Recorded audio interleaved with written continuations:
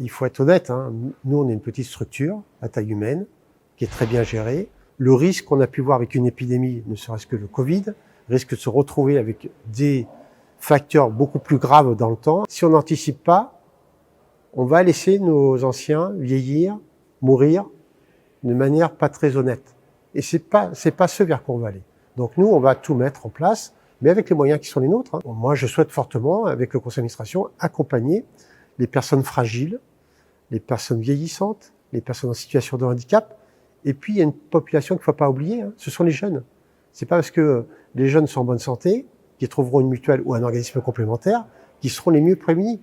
Il y a une solidarité nationale à repenser, une protection sociale complémentaire à penser, et donc il faut repenser tout un dynamisme national avec une volonté politique, mais qui doit aussi émerger des vrais pouvoirs politiques, c'est-à-dire d'un gouvernement et d'une présidence de la République.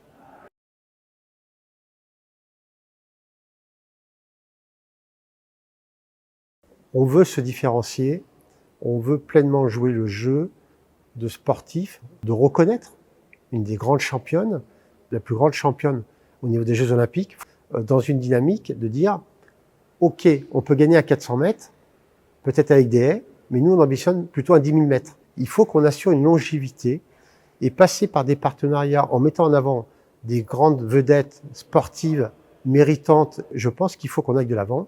Et le partenariat qu'on va effectivement nouer avec Marie-Josée Pérec fait partie du dispositif global, et il y en aura d'autres, pour dynamiser la structure et surtout accompagner nos adhérents. Nous, on veut s'assurer qu'il y a une effectivité et que les gens vont s'en servir, et on souhaite fortement développer d'autres partenariats.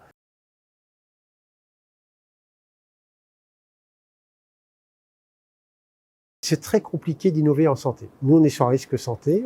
On va innover parce que la dynamique, c'est aussi d'élargir notre gamme et ne pas être monoproduit.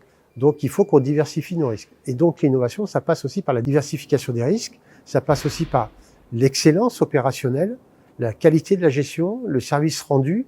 Et puis, ça passe aussi par comment régénérer des gouvernances.